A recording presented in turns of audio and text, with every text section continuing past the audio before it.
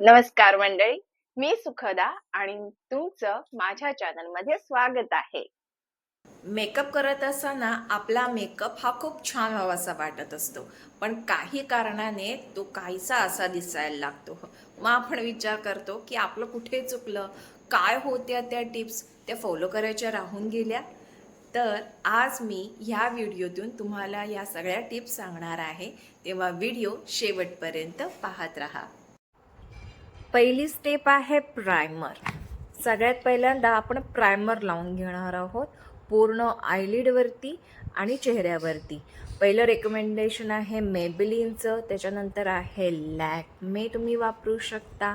त्याच्यानंतर तुम्हाला अजूनही स्वस्त पाहिजे असेल तर इनसाइड कॉस्मेटिकचं हे वालं प्रायमर अगदी परफेक्ट आहे.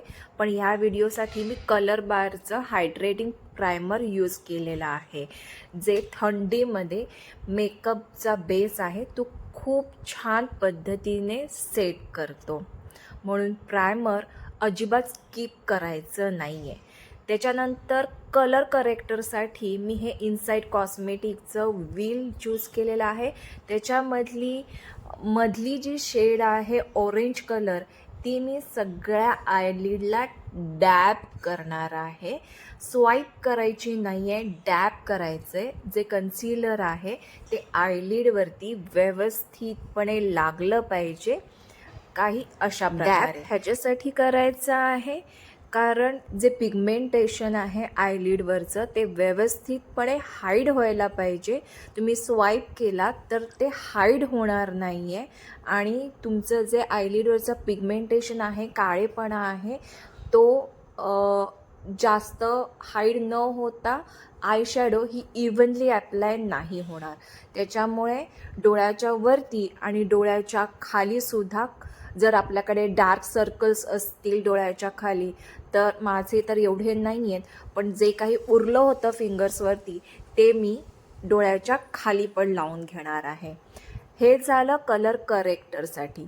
नंतर आपल्याला जो ऑरेंज कलर आहे तो टोन डाऊन करण्यासाठी आपल्या स्किनशी मिळती जुळती शेड असेल त्या शेडने कन्सील करून घ्यायचे. मी इथे मार्सचा आयशॅडो पॅलेट घेतलेला आहे. त्याच्यातली ही ऑरेंज कलरची शेड आहे ती मी क्रीज लाईनला लावून घेणार आहे. जे एक्सेस पावडर आहे ती डस्ट ऑफ करायची आहे आणि क्रीज लाईनवरती ॲप्लाय करून घेणार आहे दोन्ही डोळ्यांना.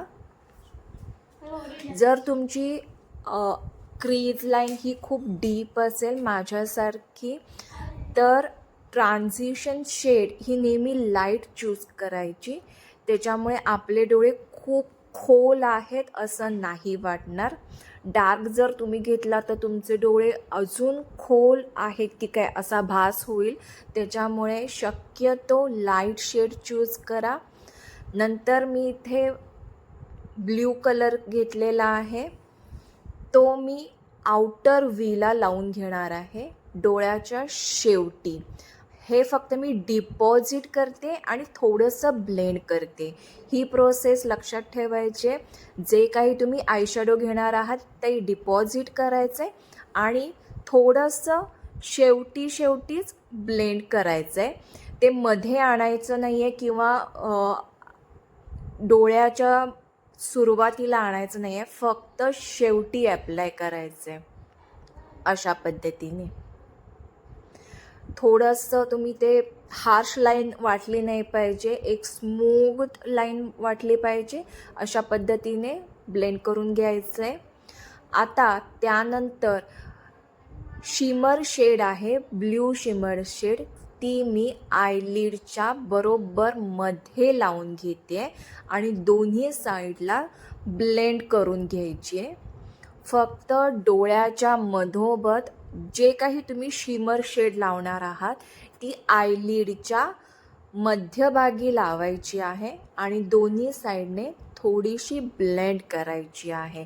त्यामुळे डोळ्याला खूप छान इफेक्ट येतो आणि जो काही तुमचा आउटफिट आहे त्याला एकतर मॅचिंग नाहीतर कॉन्ट्रास्ट शेड निवडायची आहे. त्यानंतर इनर साईडला एक लाईट शेड घेतलेली आहे मी, पिंक शिमर शेड आहे, ती ब्ल्यू सोबत खूप छान जाते.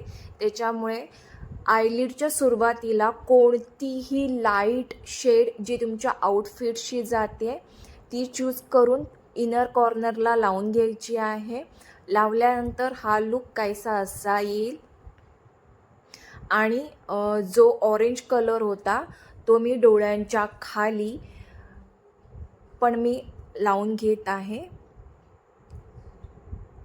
जेणेकरून हा एक इव्हन लुक तयार होईल.